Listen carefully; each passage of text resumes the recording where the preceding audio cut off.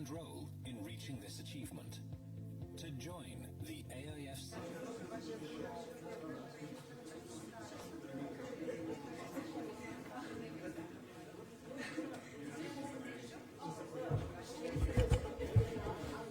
Please have a seat. We're about to start. Присаживайтесь, мы начинаем.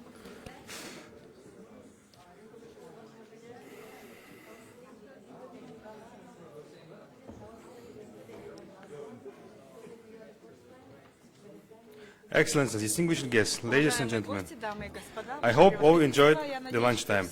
We have now come to the next panel session, Global Trends in Islamic Finance.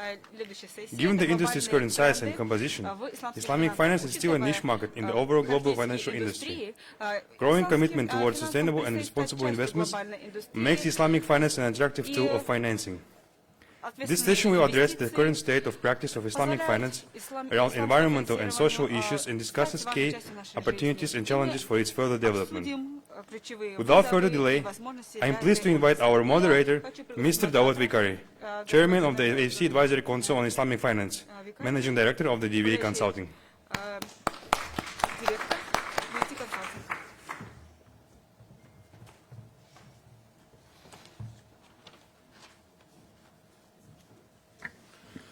Get the technology. Well, thank you for coming back after lunch. Assalamu alaikum.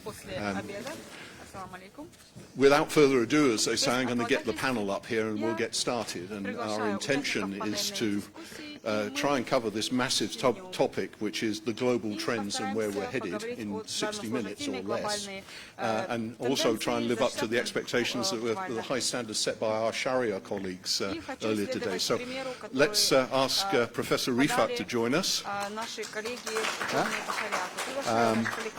He needs no introduction, but he's one of the people that I look up to as somebody who's created some of the most significant institutions in the development of Islamic finance. He was the first Secretary General of AFD. He was also the first Secretary General of the IFSB, and his resume doesn't stop there, so I'm not going to dwell on it too long because he'll get embarrassed and we'll just start waffling about history. We want to look forward. Let me also ask Dr. Huria al-Islami, who's joining us. She's also a member of our Advisory Council, and she works on the Hajj Pilgrims Fund Management Agency in Indonesia. Next is Abdulila Belatik, a dear friend who is Secretary General at Sibafi. We're all friends. We've known each other years. And who's next? Yerlan, who's just arrived, hot from chairing a mission on food security, which I hope you're going to share a little bit with us as we go along. And where's Linar? Linar is texting, and he's probably going to put his phone there, and it's going to take automatic photographs and post on social media as we go. So here we are with this massive topic called global trends in Islamic finance, and we want to try and share as much as we can, as quickly as we can, but we also like to get your questions, because we have the privilege of all sitting on a panel, and we all have a meeting later today where we're going to talk about anything and everything. But we want to try and maximize your time on this. Let me just start setting this in context. I struggled 30 years ago, nearly 30 years ago, when I first got into doing Islamic finance, and until I got grounded on a simple sentence which I learned from a very wise man who taught me a great deal about Islamic finance at this time, and someone who Professor Rifat knows. I'm talking no less than Mustafa Hamid. Mustafa Hamid, a Malaysian, is one of the founding fathers of Islamic finance. And he said to me, it's very simple. Islamic finance is about the efficient and effective mobilization of assets and capital for the benefit of the real economy. And that's something, whenever I've been asked, when Alan Greenspan asked me that question when I was consulting at Deloitte, that's the answer I gave, what Islamic finance was. And that always keeps you grounded. The other thing that keeps you grounded is, as you've heard from the Sharia scholars and from many of the speakers this morning's session, is that we have a duty of care. The objectives of the Maqasid al-Sharia are a duty of care, and I think that was expressed very eloquently. I'm looking to my dear brother Sheikh Ezam, who I haven't seen for a couple of years, but he's always in my heart, and he held my hand literally, I think, when I was first on the board at AOFI, because I was a little bit struggling, but he extended the hand of kindness. This duty of care is something which is for the benefit of all humanity.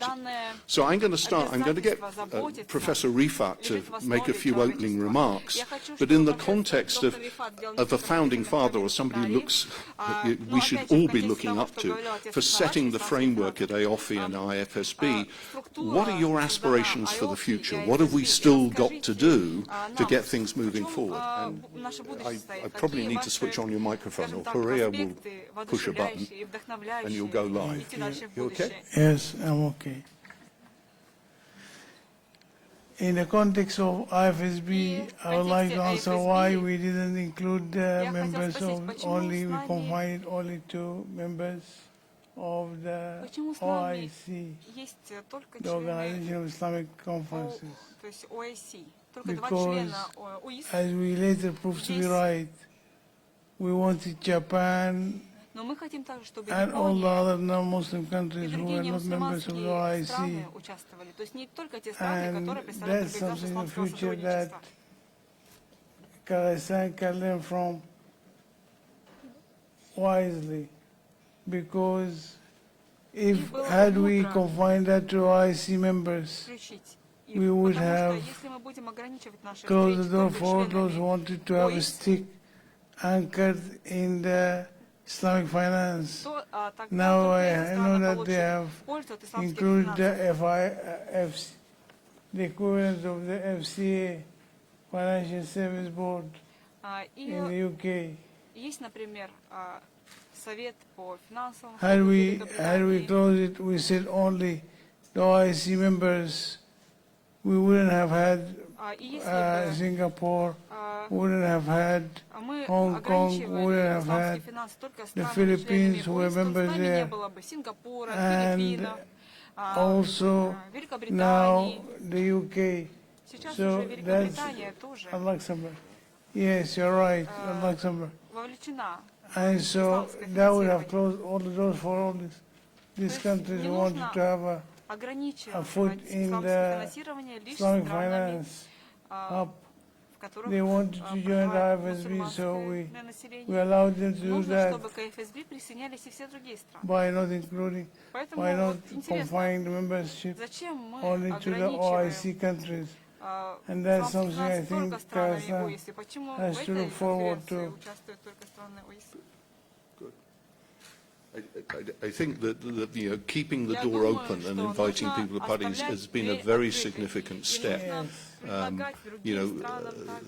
As we heard from the Sharia panel today, I think you expressed it very clearly, Sheikh Hassan, about pluralism, but that was probably more in the debating of Sharia decisions. But the pluralism in terms of including everybody and keeping the door open, and one area which you may not be aware of, that Professor Rifat helped to establish something called the Responsible Finance and Investment Foundation nearly 5 years ago, and I'm proud to be a founding trustee of that.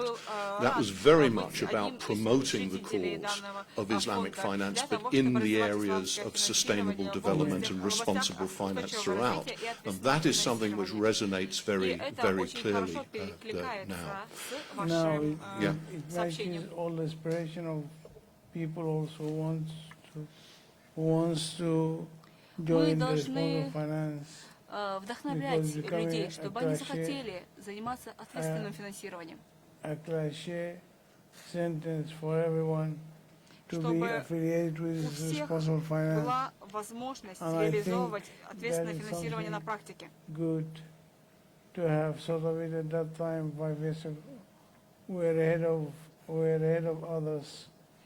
И мы сейчас идем впереди других. And now, perhaps, is what everyone would like to have a look at. Все хотели бы заниматься ответственным финансированием. It's about those shared values. Perhaps I can move on to Dr. Horea on this area of shared values, sustainable development goals.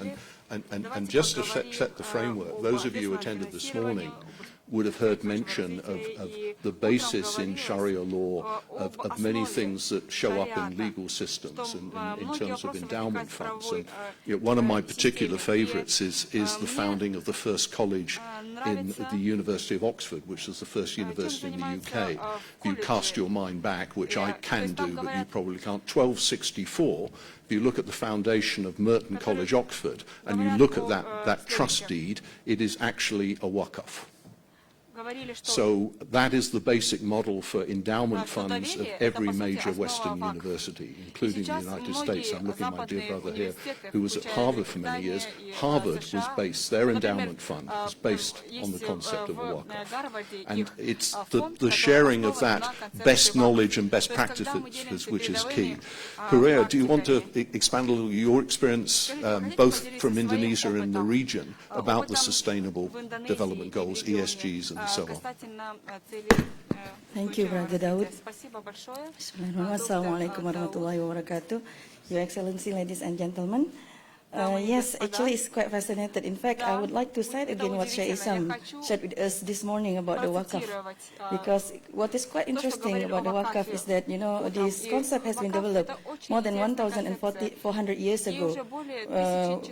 As Sharia was developed, and yet it was adopted by the common law system less than 100 years ago, and it developed far advanced in the common law system rather than the Waqf. Nowadays only, you know, we are looking at the Waqf. Same thing with the global trend now. As I shared with Brother Daud earlier, there are two global trends which I would like to highlight today. The first one is about the ESG, SRI, the environmental and socially responsible investing, as well as governance and the socially responsible investment, where people nowadays, especially in Malaysia, they have adopted the standard, they've made it policy that every bank, every financial institution, they had to incorporate in their activities this aspect of social responsibility, not for the CSR purposes, but to ensure that the financing in long term will be sustainable.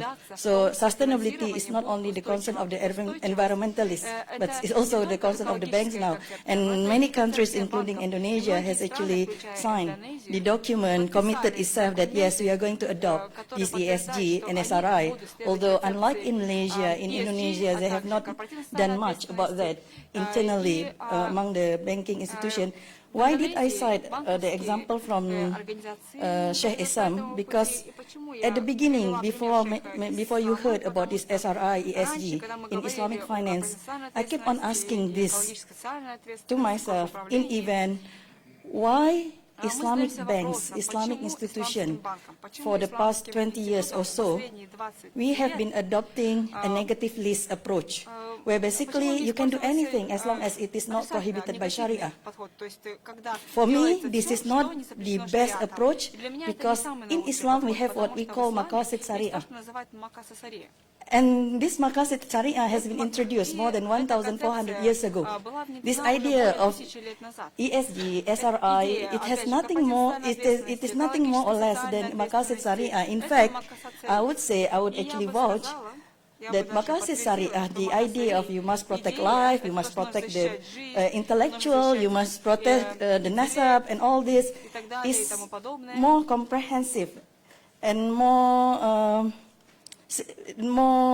focus, that if institutions, including financial institutions, will adopt this when they want to give their financing, when they want to undertake activities, for sure, whatever they do will be sustainable, inshallah. So that's the first. The second, about this fintech, the disruption, as most the regulators would like to call it. Well, I haven't seen the Islamic finance before the word itself was coined. I remember we actually had started Islamic finance in 1980s. Before, we don't really have the word Islamic finance at that time. The term was not really developed, but we have started this in Malaysia. You know, in order for Islamic finance to flourish, what has been done in the past is that we encourage innovation. we actually adopt it, we actually take advantage of it. So now there is fintech. Many people would like to call it as disruption. Why? Because basically it is not in line with most of the regulation that we have in place. But why call it as disruption? Because this is something that we cannot stop. It will happen. The millennials especially, we talk about, well, people of our generation, my generation included, we have this skeptical idea, oh, is it safe, it is not safe, but most of millennials, they just jump into it, they just use it, and the more people use it, the more actually, the more difficult it is for the government or for the regulator to stop it. So we should embrace it rather than avoid it. And this is, why did I say this? Because, for example, in Indonesia, when the central bank made the decision that, okay, we are not going to allow the use of cryptocurrency, whereas on the other hand, the FSA actually issued the regulation regulating fintech. Not only these two are contradicting each other, but more importantly, the prohibition from the central bank has killed the business. So many companies that have started developing cryptocurrency, they stop it altogether, but it does not stop people from using cryptocurrency. So it is worse now because either they use it illegally, or they just, you know, like, or Indonesia could become, I hope not, but it could become one of the countries that will be backward, you know, will be actually excluded from the global trend because everybody is using it. I do not know, you know, like next year, Facebook will introduce Libra. So what I mean is, it will happen. And the millennial that we think that not using much of the finance now, so we may have the tendency to ignore them, they will be the majority. That is not something that we can stop. So more, like it or not, these are the people that you would like to embrace, that you would like to make sure that what they do are well regulated, rather than you ignore it, you are saying, no, you cannot use it, because they'll use it nonetheless. So these are the trends now, brother. ESG, SRI, which basically has the root back more than 1,400 years ago from Maqasid Syariah. And the disruption, they call it, but the fintech, which basically is allowed according to Sharia, but there are Sharia scholars who can give better fatwa, but as long as they don't actually use for the purpose of gharar, gambling, maisir and all the sort, otherwise they are actually just a technology, use of technology for finance activities, they should be halal until proven otherwise, and we should embrace them, we should regulate them rather than prohibiting them. Maria, thanks very much. I'm going to move on to Abdulila. You'll probably tell us how many members you have, but you're representing a lot of financial institutions. To what extent in this context are they prepared or ready to sort of accept the brave new world of digital and the fact that their young customer base, and I think there was a UNDP or UNPRI report 2 or 3 years ago, which I'm sure you're familiar with, which indicated that millennials plus Gen X and Y, I'm not going to do a show of hands to say which generation are in, I just put my hand up and say dinosaur, but 90% of them said they wouldn't want to invest in anything that wasn't SDG compliant or wouldn't want to work for a company. How are your members responding to these challenges, or is it business as usual, let's look at the quarterly returns? Okay, thank you, Brother Dawood. First of all, we'd like to thank AFC for inviting us to this forum and discussions. I think, and it's not business as usual as we may be thinking. So I will just first, I mean, as you know, for the audience, Sibafi is the representative of Islamic financial institutions globally. We have over 130 Islamic banks from 34 jurisdictions. We do an annual survey of the Islamic banks to ask about various issues and how they see the economy, how they see the business opportunities, how they see the risks. And we had, for this year, we just released our report just a few days ago, which 106 CEOs of Islamic banks from 33 countries participated. So in general, what we can say, talking really from a high-level perspective first. From a high-level perspective, it seems there is even with these disruptions and the new things, Islamic Bank seems to be more optimistic even this year compared to last year. Perhaps this is due to some geopolitical uncertainties that were more, and then we start having a little bit clearer picture on that. Some areas of concern and importance or interest of the Islamic banks recently is that we see them looking more at how they can bring value to the customers. So I think this is very important, and this is related to some of the points that we discussed here. On the financial technologies, I think it's not a question of disruption, just like not they don't want to embrace it or no.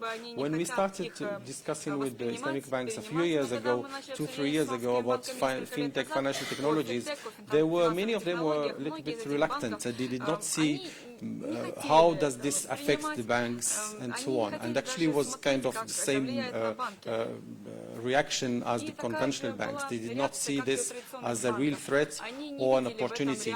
But after a few years now, I think now they see it as a serious matter, not only from business perspectives. We have various perspectives that can be seen. First of all, we can say how they can facilitate the customer and provide better service to the customer, but also on the back office side. I mean, you have all the big data mining, artificial intelligence that can use the information for the benefits of the customer.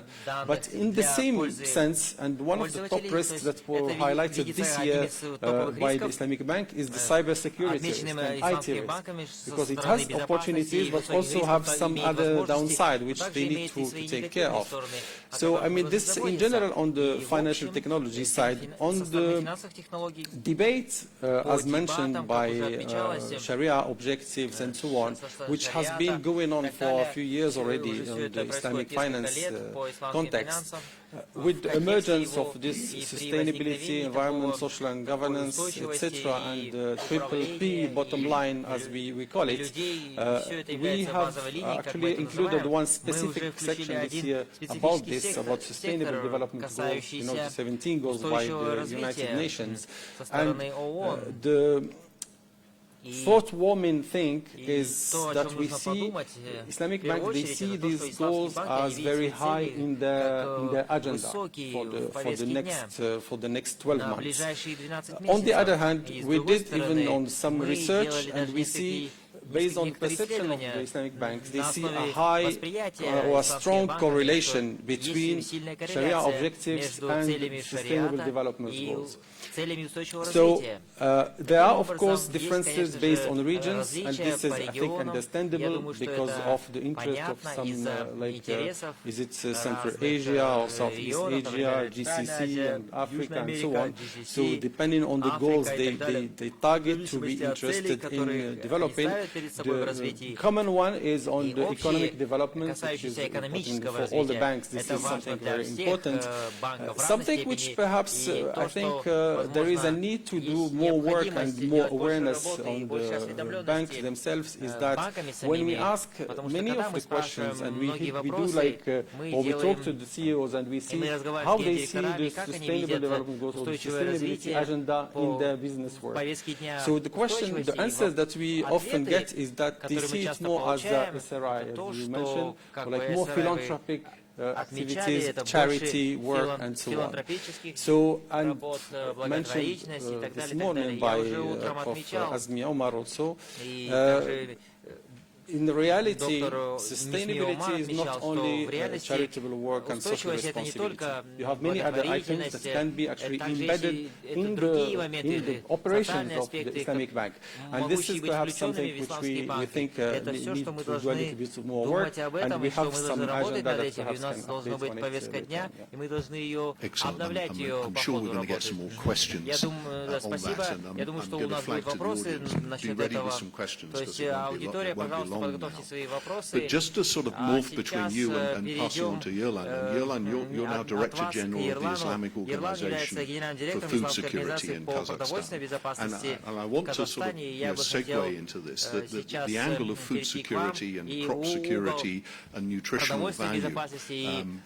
I'm sure you're familiar, and I don't want to repeat too much, but Professor Saeed Azam Ali, who's based at the Crops for the Future Center in Malaysia, which is my home country, UN report end of last year, 20%, 1 in 5 children in Malaysia now have stunted growth because of the nutritional value of rice has declined 20% in the last 10 years.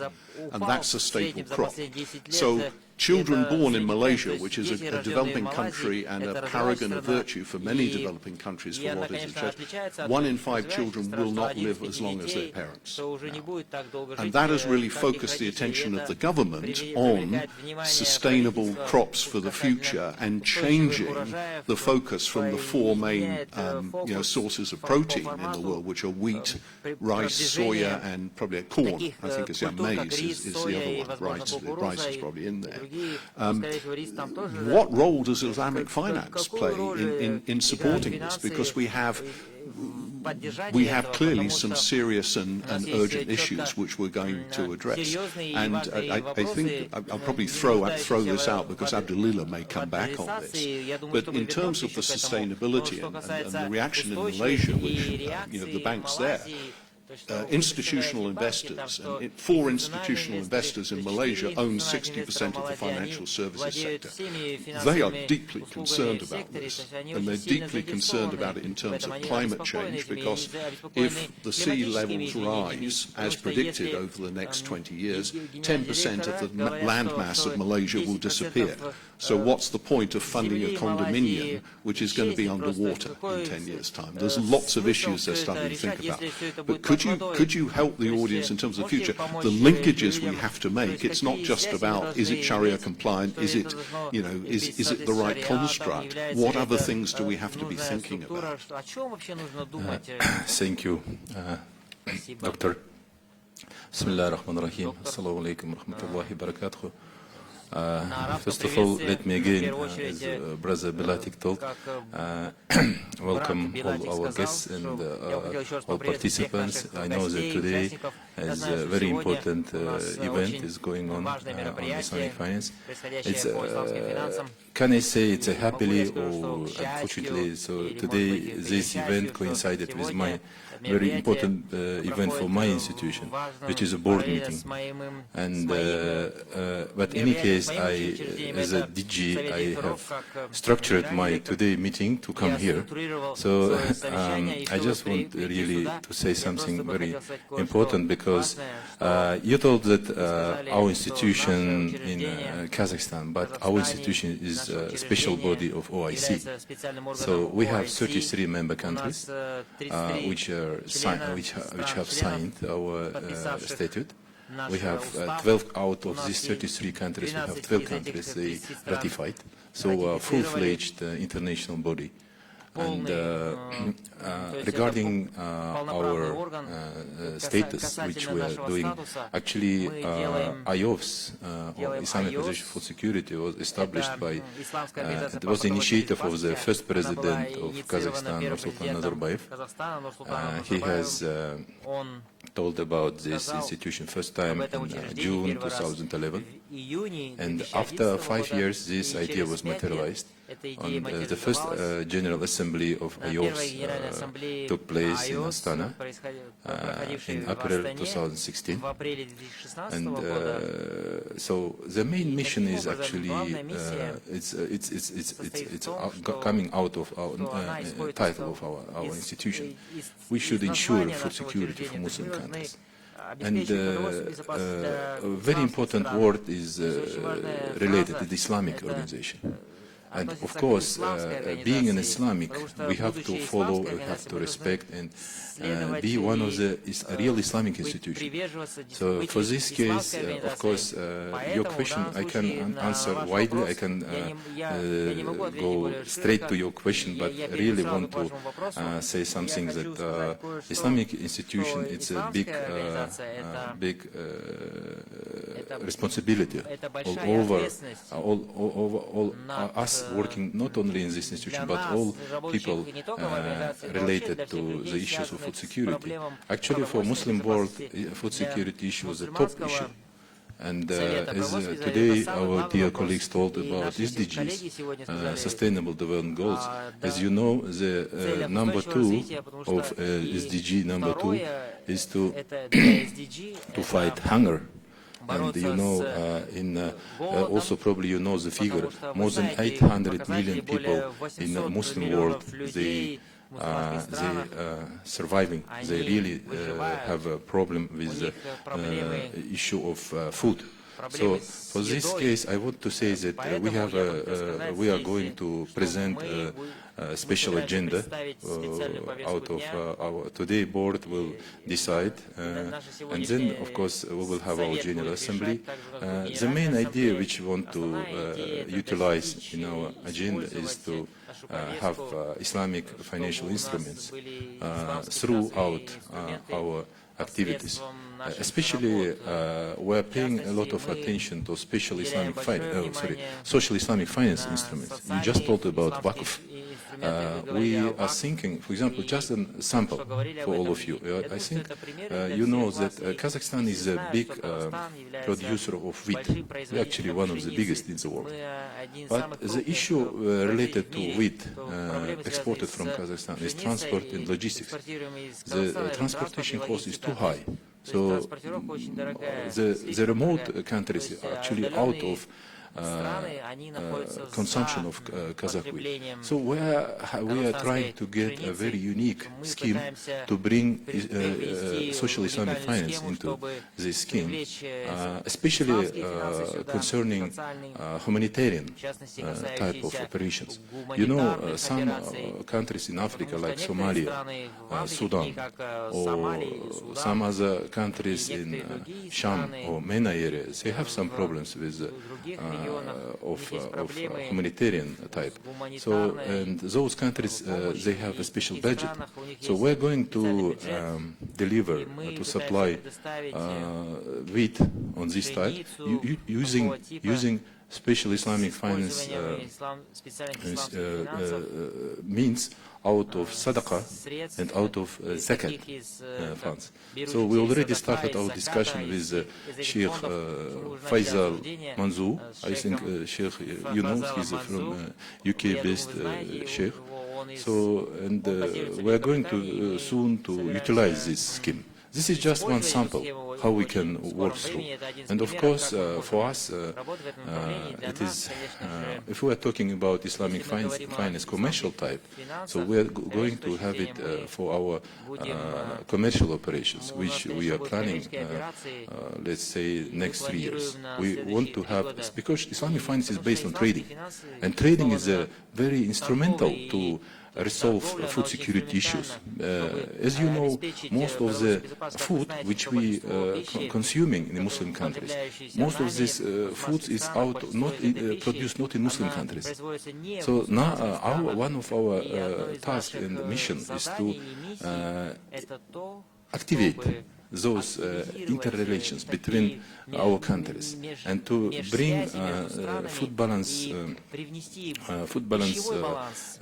things on the, let's say, table of OIC member countries. Not, I mean, this will help us, and of course, these things could be resolved through trading instruments. Of course, it's we just can say it's especially Murabaha will be well utilized. So, because I already have a note on to shorten my experience. Thank you so much.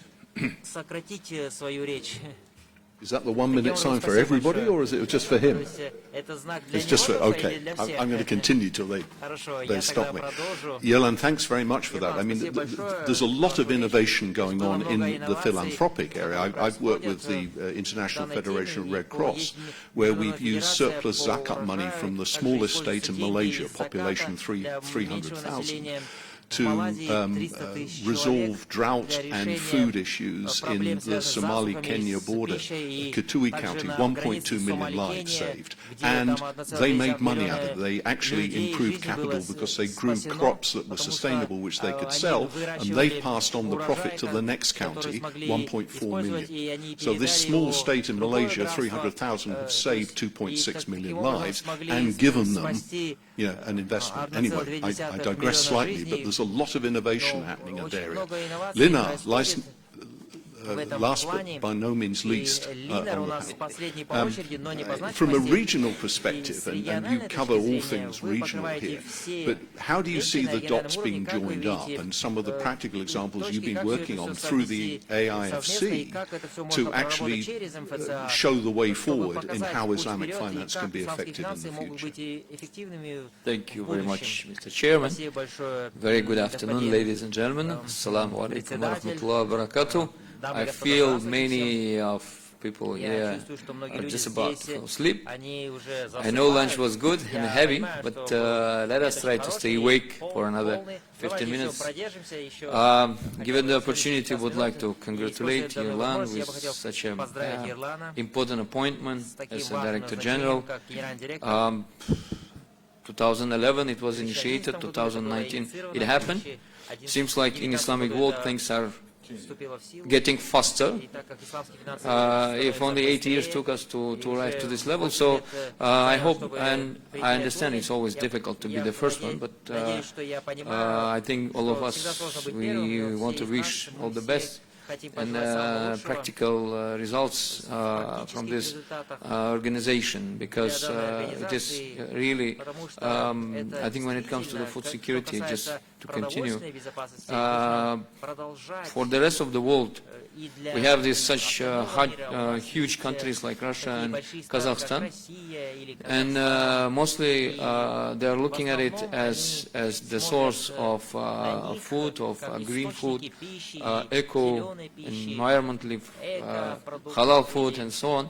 So a lot of resources that have to be utilized, and definitely without Islamic financial instruments, it will never happen the way we want it to be, especially when it comes to the halal development. Now, I think it's really an honor, privilege to be in AIFC, which from an idea turned into the reality, and all of us are enjoying the infrastructure that has been developed, and I think nobody could dream a few years back that in the center of Astana, Kazakhstan, Nur Sultan, there will be such a lovely center with really best facilities, and definitely the challenge now is how to use these facilities in the best manner. And I think for us, mostly being Muslims, it is important that there is a great room for Islamic finance development. We have Islamic finance and business hub. We have Sharia boards, all the infrastructures, all that we could dream about having in Russia, in Uzbekistan, in Azerbaijan and other countries has happened here, and we are sitting and enjoying and have to materialize. Now, why I keep emphasizing on this? I think it's always a challenge once you set it up, not to be just a simple business center to accommodate all type of businesses, but rather to be a driver, and important to understand that to be a regional driver. When we say regional driver, I don't think for any other countries in our region, I mean Russia and CIS countries or Central Asia, it will be possible, at least within coming 2-3 years, even they work very hard to achieve what is in here already. So basics are done, right? So the challenge now is how do we fulfill our obligations. Now, Mr. Chairman, Daud and myself, and the rest of us, except Yelan, we are sitting in Advisory Council on Islamic Finance. And it's already second year, and in other 6 months, and it's going to be over. So always a question when you walk ahead, what did you leave behind?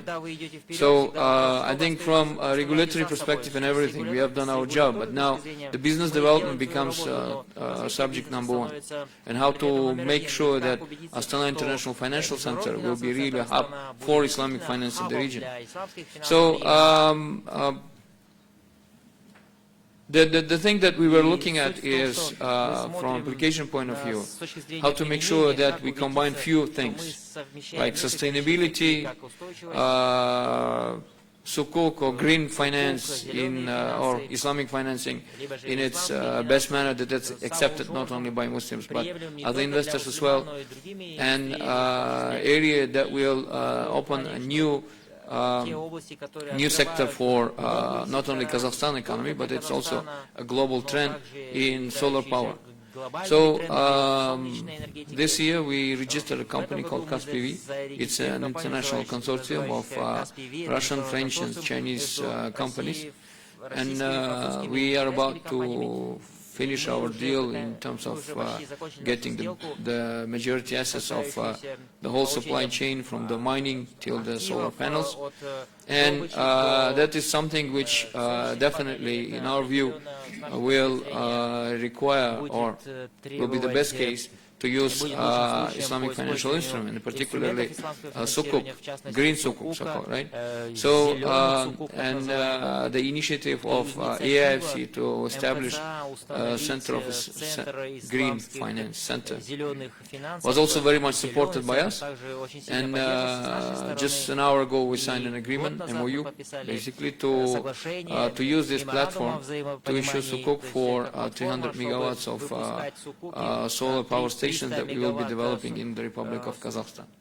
Now, I think it is very important that we start giving to the market signals that ARC has got all the means and facilities to provide the best services for any companies that are willing to enter into this market. Now, somehow we got this problem. Everybody is trying to come up with their own will, even though it has been done many years ago. Russia has got a great habit of Russianizing and trying to come up with something entirely identical only to Russia, but and Uzbekistan is also trying to be another Islamic financial center, and anybody you take wants to be the center, but at the end of the day, I think it's always a question whether, you know, you can be talking about Islamic finance endless, but most of the people will question, so Islamic finance, okay, good, we know everything about it. We have attended hundreds of conferences. We know each other every time we meet. We have lovely coffee and tea, right? But where this Islamic finance has been applied? What are the great achievements that we have got so far? So I think that's why it's important for us to make sure that AFC really becomes a platform. Like I think 1.5 years back, when we were just having our first board meeting, we were talking about these things, and it is possible to make it true now. So I think what we have regulatory framework, we have all the necessary infrastructure, we have pool of great investors around which are coming and looking for great projects, and it is important that we start really working in detail on this project and trying to materialize it here. Now, I've been so-called a promoter of Islamic finance in Russia for the last 16, 17 years.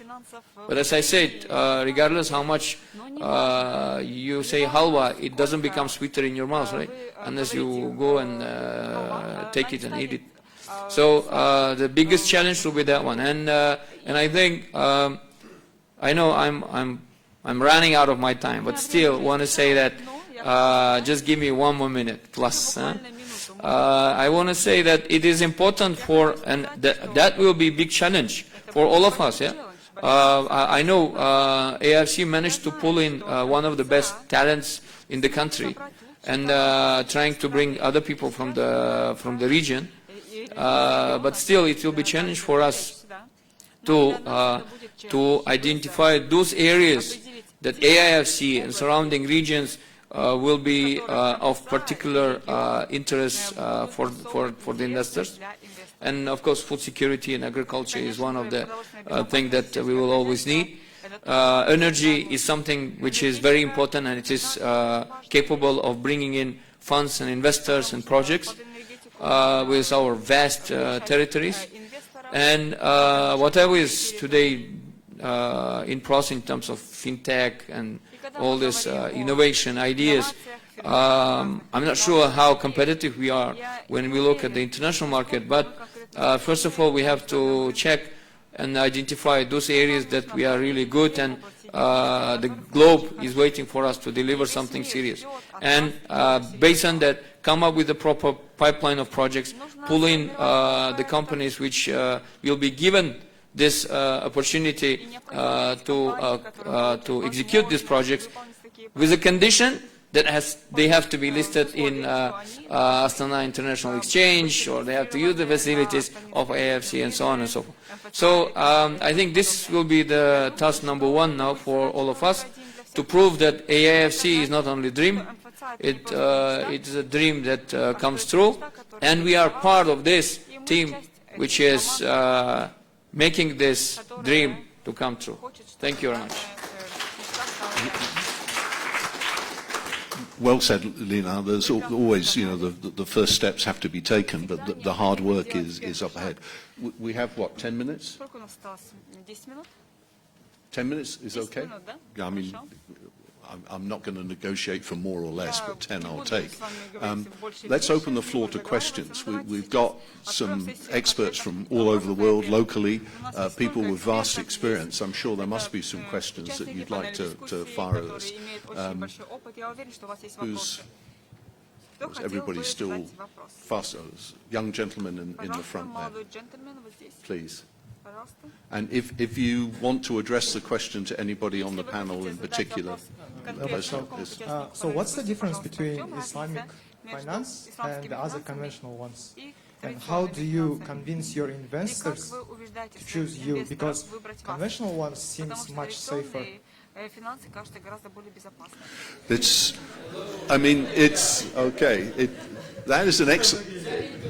No.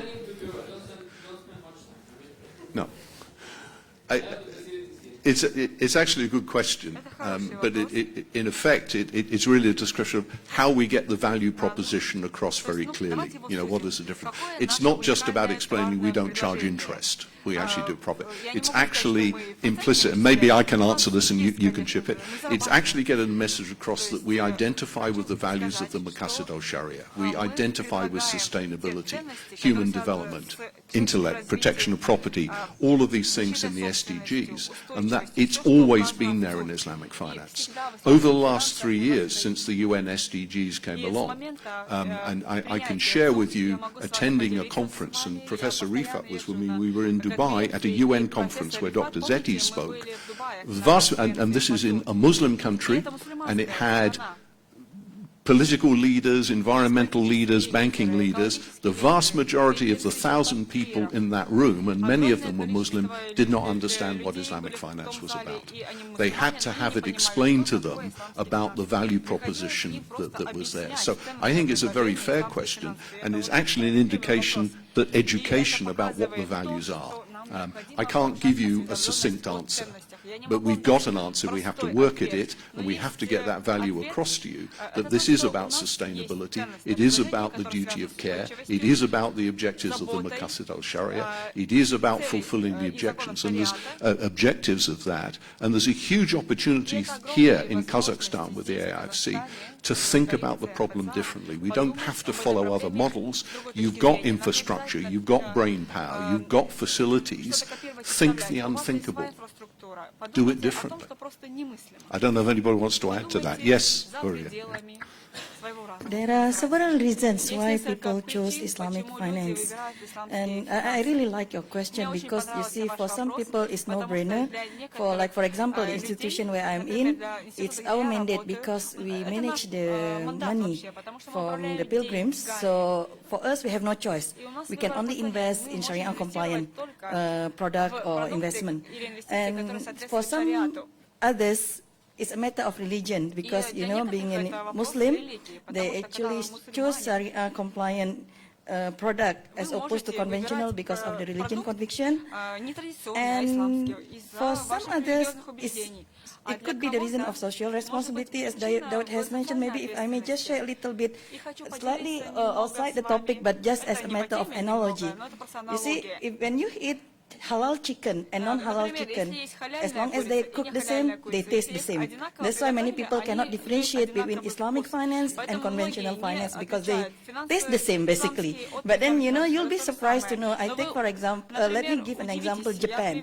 The majority of the people in Japan, they are non-Muslim. There is no religious requirement that they have to eat halal food, but they have done their research and they found the chicken slaughtered in halal way are healthier. Then they're much healthier. So you'll be surprised to know Japan is one of the countries that has actually adopted halal certification, and they borrowed it from Malaysia, although there is no such requirement for them. It's just that because they found it healthier. So you see, the Islamic finance, we've been a very responsible finance. When I talk about negative list, for example, when we give financing, we actually ask you a question. What is the purpose of the money? How are you going to use the money for? Is it going to, produce firearms?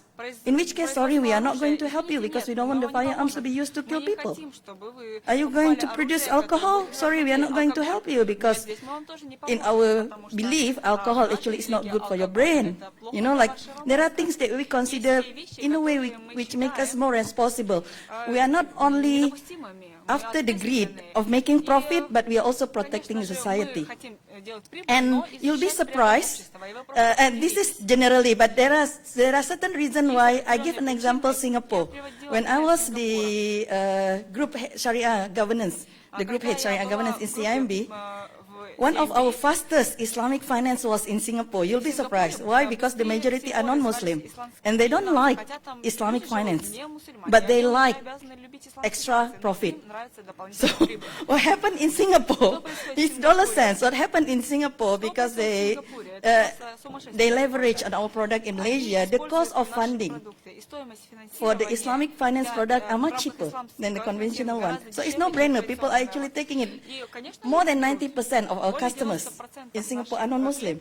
So there are certain areas where Islamic finance makes sense. Of course, at the end of the day, it's a matter of you choosing the balance, looking at the balance. You know, you weigh the two options. But eventually, if everyone will actually adopt the more socially responsible way of doing finance, inshallah, this will be a better world.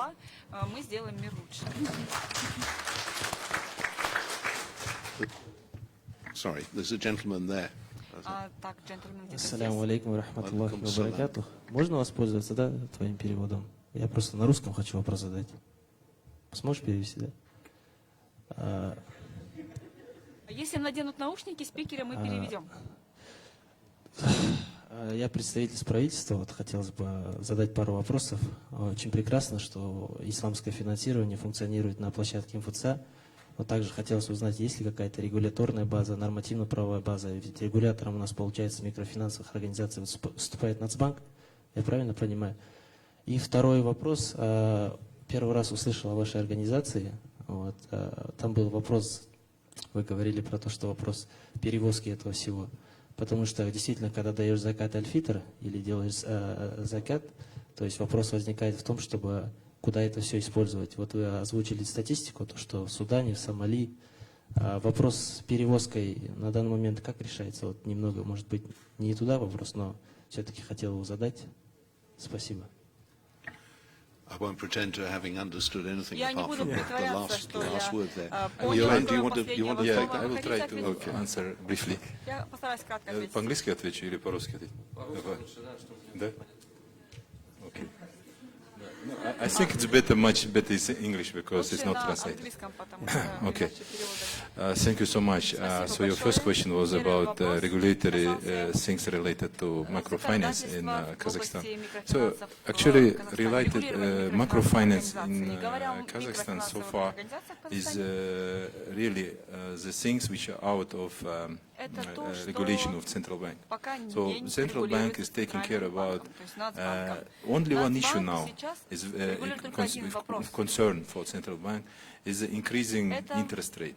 You know that the central bank has put ceiling that one macrofinance institution, I'm not talking about Islamic finance, I'm talking general macrofinance, they cannot go up to 85% per year. So you can just understand out of the figure that now macrofinance is generally becoming, they're all usury institutions. I mean, talking general, I'm not talking Islamic macrofinance. So this institution, I mean, we're facing these things like online macrofinance, for example.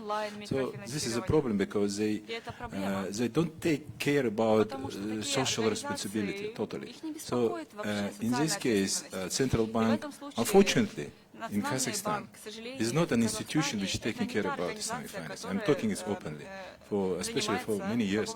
So I think that central bank will hopefully will change with a new chairman, which was actually appointed recently.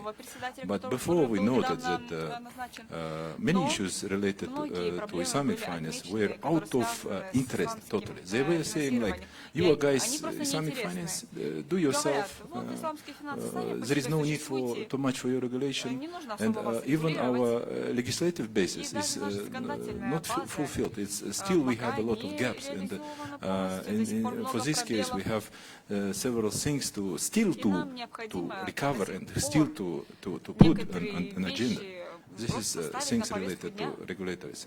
And about our institution, I think I will not take too much of time of my colleagues, but yes, our institution is new one, and IOFS is actually, after a certain period, was delaying with its launching due to different reasons. Now we are, as a new team, we started and we try to operationalize our mission, and in our agenda a lot of good things which you will hear inshallah very soon. And one of our direction, as I already told, is taking care about humanitarian needs. Because the food security is not only trading, it's not only making business, it's also food security. We should we should think about those countries which you just mentioned, and myself also.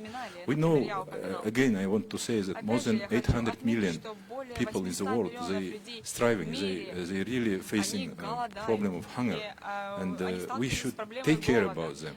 And unfortunately, most of those people are living in Muslim countries. So for this case, social Islamic finance will bring a very good facilities, and inshallah I think we will also inform you about this. It's just on this starting point, but as I told, we are working very seriously on this way. We trying to make it totally Sharia compliant. We will get a Sharia board on this case. We will bring philanthropists, we will bring charity fund to resolve the issue of transportation costs. Just because it's humanitarian needs. For commercial needs we cannot use it. This is another story. Thank you. I'm looking at the clock. We've got one more question. Have we got time for that? Or we do? Okay, let's take one more. This will be the last question. So.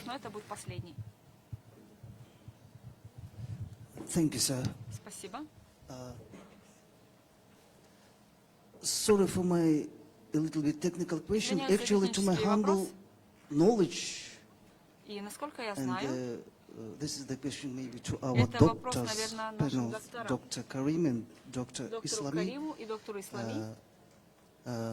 So to my question, the operational expenses Islamic Finance Organization is taking to manage credit loan portfolio should be higher than управление кредитными портфелями, и они должны in быть выше, Western organization of the same чем в nature. западной организации такого же рода. So my technical И question мой is quite технический simple, вопрос довольно because I was простой. running 25 Потому years что ago this research. 25 лет назад я How проводил это Islamic исследование, banks как исламским банкам, and what they did и вообще, to что the они moment сделали, to make this как in этим nature банкам project financing costs сделать lower. издержки на Thank you проектное very much. финансирование ниже. Thank you for the question. Well, actually, it depends on the policy of each country.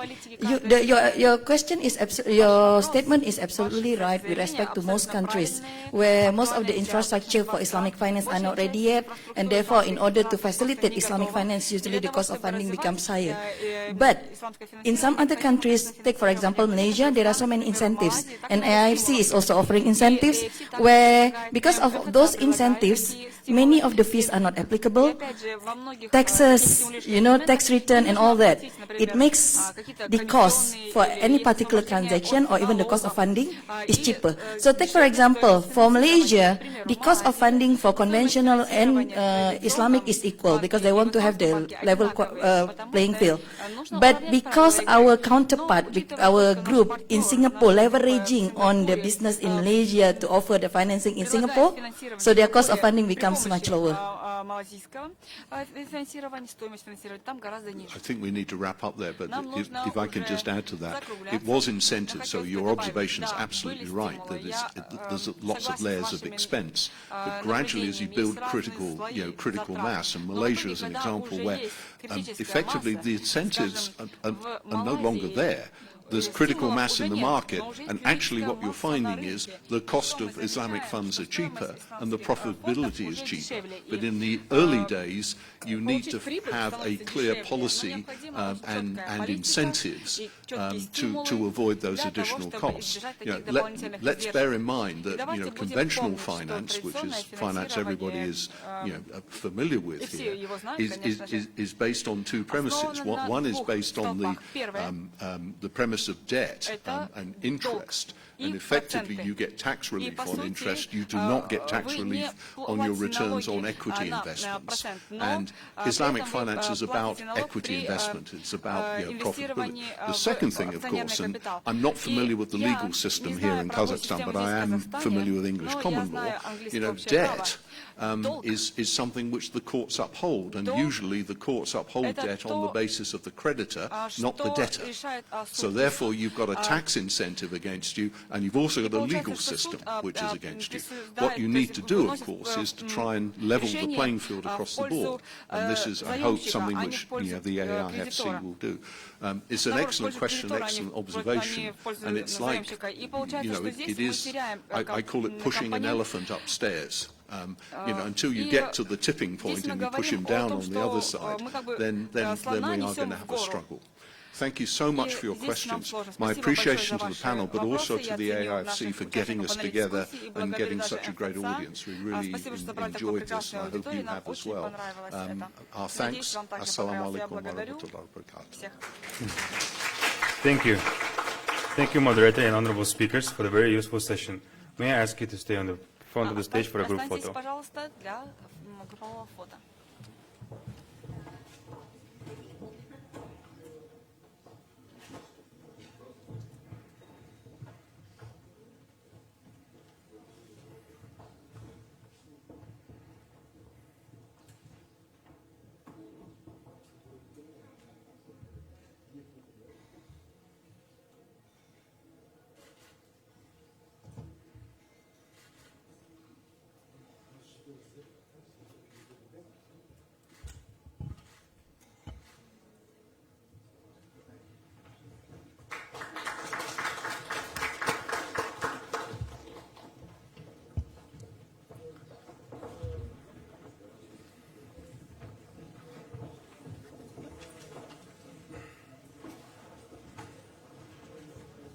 Ladies and gentlemen, we have now come to the end of our first day of the AFC Islamic Finance Conference.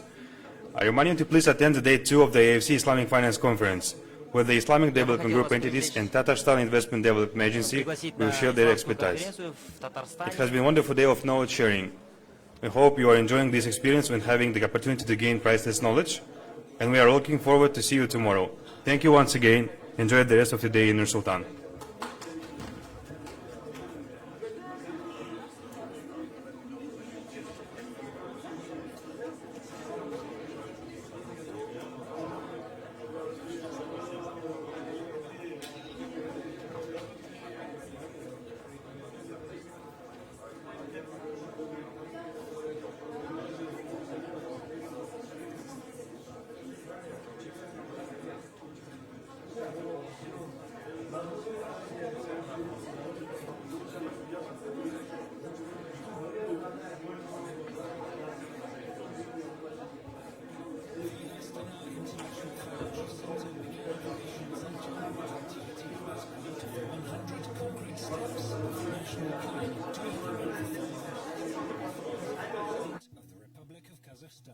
AIFC aims to become a leading financial center in the region and has chosen the Dubai International Financial Center, DIFC, as a model.